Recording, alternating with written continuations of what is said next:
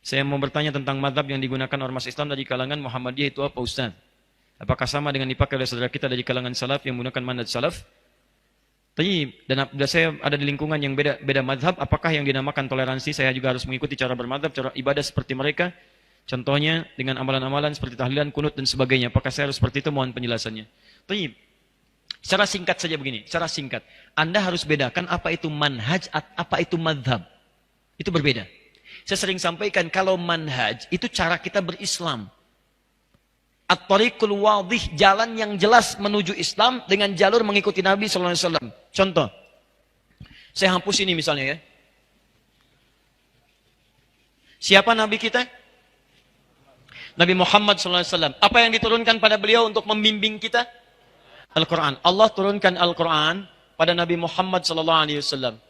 Nabi Muhammad menjelaskan isi Al-Quran kepada masyarakat yang hadir di zaman beliau. Saya sebut masyarakat, bukan hanya sahabat. Karena Quran diturunkan bukan hanya pada para sahabat. Pada masyarakat pada saat itu. Cuman ada kalangan orang yang ketika diberikan tidak mau mengambil. Itu poinnya. Yang mau mengambil beriman pada Nabi, hidup di zaman Nabi, melihat Nabi disebut dengan sahabat pada saat itu. Nah, penjelasan Nabi kepada para sahabat, masyarakat disebut dengan hadis namanya. Hadis. Apa yang dikerjakan, apa yang dilakukan, apa yang dikatakan, apa yang melekat pada Nabi namanya hadis. Kalau itu jadi pedoman kehidupan berubah namanya dari hadis jadi sunnah. Muncullah istilah Al-Quran dan sunnah. Nabi ketika mengajarkan pada para masyarakat, singkatnya nanti ada menjadi golongan sahabat yang diajarkan Al-Quran dan sunnah. Isi Al-Quran dan sunnah minimal ada 3 bagian. 1 disebut dengan ibadah, 2 disebut dengan muamalah, 3 disebut dengan akhlak. Isi dari ketiga ini dibagi pada 2 bagian. 1, dalil dan tuntunan yang hanya 1 ragam saja, 1 cara. Di 1 dalil, 1 cara. Contoh, saya langsung ambil dalam ibadah. Contohnya sholat. Ada dalam sholat yang caranya cuma 1, dalilnya 1. Misal, ketika kita bertakbir misalnya, saat takbir apa yang dibaca? Allahu Akbar. Hadisnya 1, caranya 1. An-Nasai nomor hadis 886. Angkat tangan Anda, letakkan yang kanan, langsung menutup yang kiri. Simpan di dada. Redaksinya langsung. Fa wado'a, fa itu langsung. Tanpa jeda, tanpa ada gerakan lain. Mohon maaf ya, saya tidak bermaksud menyalahkan. Tapi hanya mengembalikan pada hadis. Kalau ada, kerjakan. Kalau tidak, cukup kita tinggalkan. Jangan terlampau kreatif dalam ibadah. Ya, misal, saya belum pernah menemukan misalnya, bukan bermaksud menyalahkan. Ustadz nggak enak ya. Kedengaran suara saya? Belakang kedengaran? Kok bisa jawab? Ya.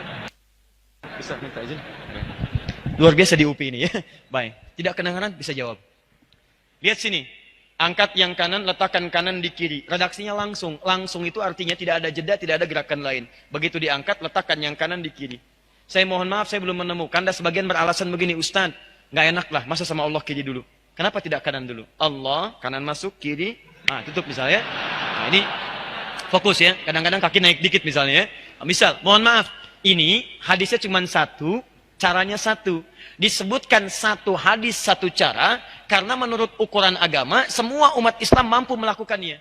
Makanya ketika dilakukan 1 cara semua orang bisa semua orang dan mengucapkannya Allahu Akbar, tidak ada kalimat lain. Kalau ada yang seperti ini artinya dipandang semua orang Islam mampu mengerjakannya. Karena itu tidak perlu kreatif mencari cara yang lain. Ya, misal yang tadi dilipat seperti ini saya punya koleksi 1235 kitab hadis. Saya mencari sampai dari yang hadis paling sahih sampai yang paling palsu. Saking palsunya yang tadi di kitab hadis palsu pun tidak ditemukan. Anda bayangkan. Misal, yang kedua, ada tuntunan dari Nabi yang sifatnya beragam dalil, beragam cara. Dalilnya bukan cuma 1, dalilnya banyak. Caranya bukan 1, caranya banyak. Contoh, masih dalam sholat. Bacaan Al-Fatihah.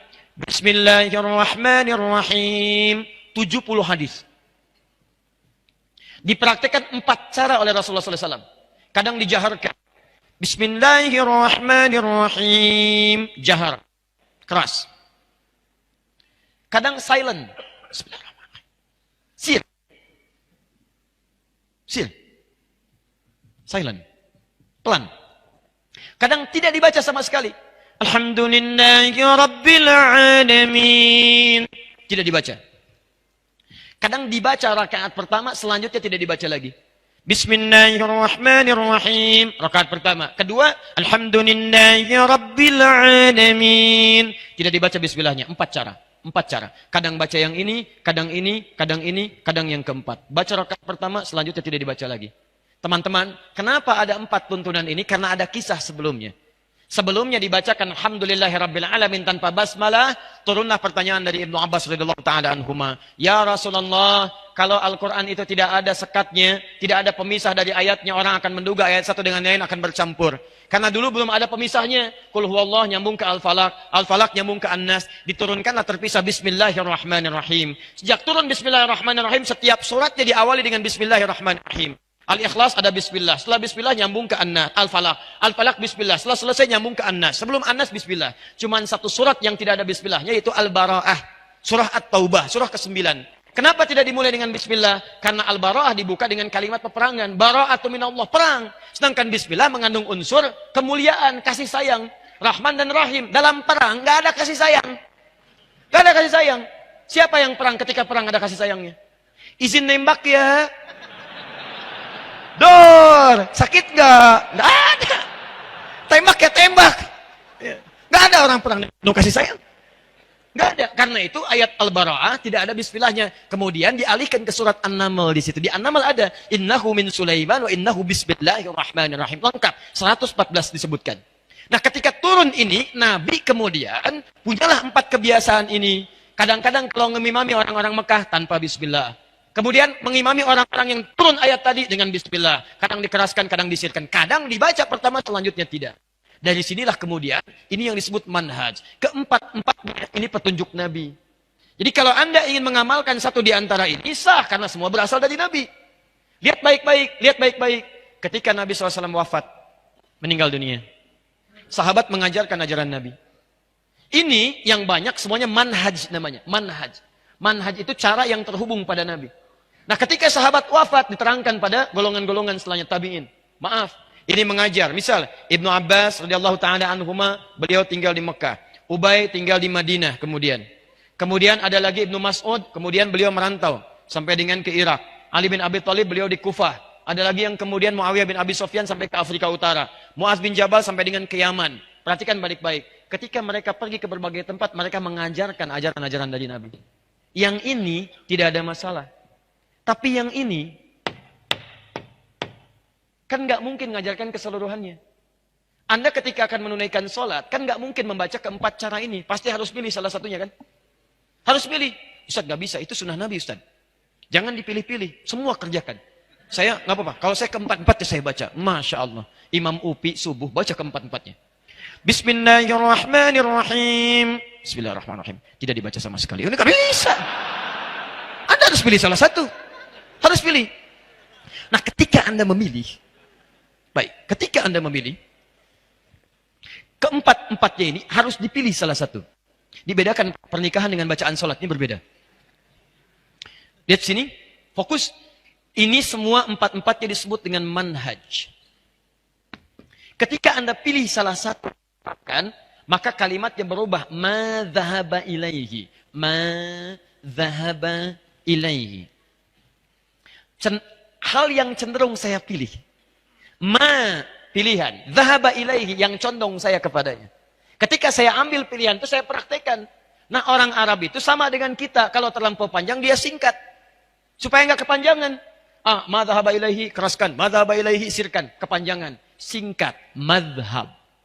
Singkat. Madhab. Ma dhahaba ilaihi, singkat jadi madhab. Dia ada singkatan-singkatan di Arab. Bahkan beberapa ayat di Quran itu istilahnya bukan bacaannya. Istilahnya bisa disingkat. Disingkat yang dimaksud bacaannya. Misal, Bismillahirrahmanirrahim, basmalah. Alhamdulillahirrabbilalamin, hamdalah. Oh, ini sudah jam 9. Saya mohon maaf barangkali. Kita harus coba akhiri dulu. Kita tutup ta'lim kita malam ini dengan bacaan hamdalah. Hamdalah. Tidak. Ya. Belum selesai. Ini contoh. Ya. Contoh. Belum selesai. Baik, kita tutup dengan bacaan hamdalah. Anda bacakan alhamdulillahirabbilalamin. Ketika disebutkan madhab itu bukan kelompok, bukan aliran. Yang dimaksudkan pilihan yang diambil karena tidak mungkin Anda mempraktekkan keseluruhannya. Maka ketika ini diturunkan, muncullah kemudian para ulama-ulama bintang di zamannya. Muncul kemudian Abu Hanifah, wafat tahun 150 Hijrah. Muncul Imam Malik, lahir 93 Hijrah. Kemudian muncul Imam Asy-Syafi'i, lahir tahun 150 Hijrah. Abu Hanifah meninggal, Asy-Syafi'i lahir. Muncul Imam Ahmad bin Hanbal tahun 163 Hijrah, lahir.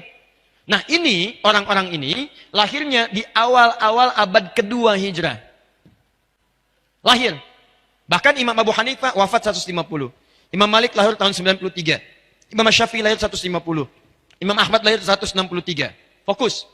163 masih di abad kedua. Orang yang lahir masih kisaran abad kedua disebut generasi salaf namanya. Salaf. Generasi tempo dulu. Zaman old. Ini. Salaf. Di Imam Asy-Syafi'i, salaf. Imam Abu Hanifah, salaf. Imam Malik, salaf. Imam Ahmad, salaf. Nah, imam-imam ini, kenapa mereka cukup terkenal? Karena mereka merangkum ajaran-ajaran para sahabat yang bersumber dari Nabi ke masa mereka bukan hanya dengan ingatan, tapi dengan tulisan. Dulu orang belajar dengan ingatan, saking kuat ingatannya luar biasa Pak. Ingat luar biasa. Tapi masa setelahnya kan beda. Semakin meluas, semakin beragam, semakin tipikalnya berubah, semakin memiliki kekuatan yang berbeda-beda dalam ingatan. Maka para imam ini selain kuat ingatannya, mereka juga menuliskan ingatan mereka dalam bentuk kitab-kitab. Terjagalah ajaran itu dalam kitab mereka. Ini yang menyebabkan itu menyebar keseluruhannya. Tapi persoalannya, Imam Abu Hanifah nggak mungkin praktekkan keempat-empatnya. Dia harus pilih salah satu. Ketika memilih disebut dengan mazhab Abu Hanifah, dikenal dengan Hanafi. Imam Malik memilih untuk tidak baca bismillah, dikenal dengan Maliki, mazhab Maliki, pilihan Imam Malik. Imam Asy-Syafi'i pilih dijaharkan, disebut dengan mazhab Syafi'i, pilihan Imam Asy-Syafi'i. Imam Ahmad menengahi di antara keduanya pakai sir, silent, ya, disebut dengan mazhab Hambali, pilihan Imam mazhab bin Ahmad bin Hambal. Ketika disebutkan mazhab bukan kelompok, tapi pilihan para imam ini. Dan mereka tahu keseluruhannya, cuma harus memilih mana yang dipraktikkan. Nah, persoalannya adalah ketika imam ini mengajar, disampaikan generasi setelahnya, generasi setelahnya sampai ke kita. Menyebarlah sekarang. Mazhab Abu Hanifah ada di sekitaran Asia Selatan, India, Pakistan, sampai ke timur jauh di Cina. Kemudian Imam Malik sekarang dulu di Madinah. Kemudian menyebar setelah itu sampai ke Afrika Utara. Libya, Tunisia, Maroko, Aljazair. Ya, kemudian sampai dengan nyebrang sedikit Mediterania, Italia, Prancis, sampai ke Spanyol, itu Maliki. Syafi'i ada di kisaran Syam, Syria, sampai sebagian di Mesir, sampai Asia Tenggara. Kemudian Ahmad bin Hanbal, Hambali, itu kisaran Teluk, terutama Saudi. Ya, di kerajaan Arab Saudi, mazhabnya Hambali, bermadzhab, Hambali mazhabnya. Makanya jangan kaget ketika ke sana, bismillahnya disirkan. Ketika ke Syria, bismillah dijaharkan. Kenapa? Karena yang dipraktikkan, ini prinsip. Semuanya semanhaj dengan Nabi. Madhabnya boleh berbeda, tapi manhajnya sama bersumber dari Nabi. Pertanyaannya, orang Indonesia masuk kemana? Orang tua kita luar biasa. Semua negara ini dikunjungi. Ada yang belajar ke Pakistan, ada yang ke India. Ada yang belajar kemudian ke Libya, ke Mesir, Tunisia, Aljazair, Maroko. Ada yang belajar kemudian Syafi'i ke Syam, ya ke Syria. Ada yang belajar sampai ke Saudi, ke Madinah, ke Ummul Qura. Pulang-pulang ke Indonesia, dibawa semua khazanah itu. Yang jadi masalah kadang, mohon maaf, kadang tidak disampaikan secara sempurna. Yang disampaikan apa yang dibawa aja. Inilah sumber pertama gagal paham dalam persoalan ini. Yang pulang dari Saudi misal, orang Surabaya datang ke Bandung, Bandung baru pulang dari ini, yang Mesir misalnya, di sana prakteknya Syafi'i, bismillah dijaharkan, yang di sana disirkan. Begitu datang ke sini, bismillahnya, misalnya maaf, tidak dijaharkan. Biasanya jahar jadi sir. Bismillah. Alhamdulillahi Rabbil Alamin. Bid'ah. Ini masalahnya. Saya pernah ditinggal di Mekah 2010. Saya tugas di Mekah, menerima jemaah haji pertama kali. Masuk sholat Isya, imamnya Syekh Sudes. Bismillahirrahmanirrahim. Alhamdulillahi Rabbil Alamin. Oh, iki imamnya Muhammadiyah loh. Muhammadiyah cabang Masjidil Haram. Luar biasa itu. Oh, Anda bayangkan. Bukan salah, sebenarnya cuma pengetahuan yang kurang masuk. Saya di Libya itu pernah mengajar beberapa siswa. Terus ada yang orang Indonesia. Saya bilang, ayo kumpul. Anda nanti gini ya, nanti ada liburan, Anda pulang ke Indonesia, coba lihat bagaimana karakteristik masyarakatnya, apa yang dibutuhkan. Pulang lagi ke sini, siapkan pelajaran supaya masyarakat yang perlukan itu bisa mendapatkannya. Jangan cuma belajar yang umum-umum, pelajari yang masyarakat Anda butuhkan. Kita bikin kelompok. Singkatnya setelah pulang dari liburan, saya tanya, Anda kemana kemarin? Saya ke daerah ini Ustaz. Apa yang terjadi? Saya tanya pertama kali, berapa jumlah orang Islamnya? Dijawab, Alhamdulillah Ustaz, 95% Muslim. 5%-nya apa Pak? Muhammadiyah. Nah, sama dengan pertanyaan ini. Nah, jadi, gini baik-baik. Lihat. kita itu kalau semua bersumber dari Nabi, manhajnya sama, walaupun mazhabnya berbeda, bukan berarti kita beda. Tadi sepanjang jalurnya ke sini, ini kita orang ikut salaf. Salaf ini.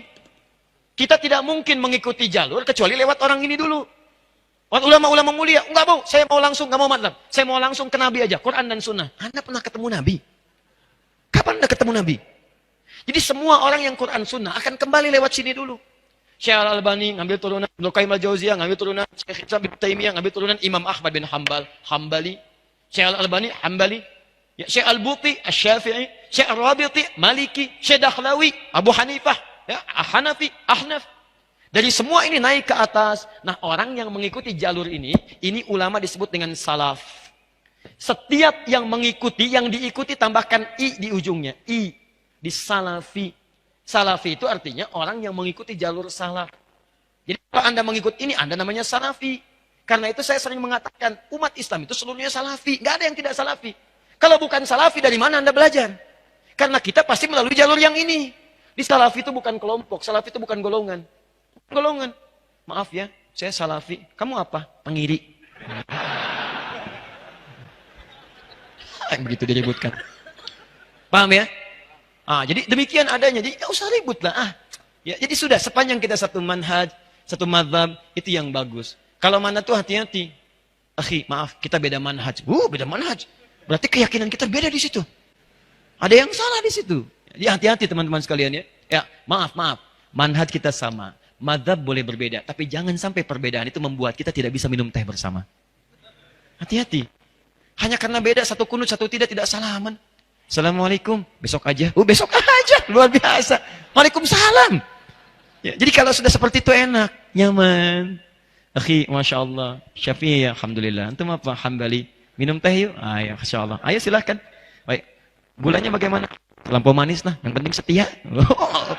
Enak. Sudah ya? Sudah lewat ya jam 9.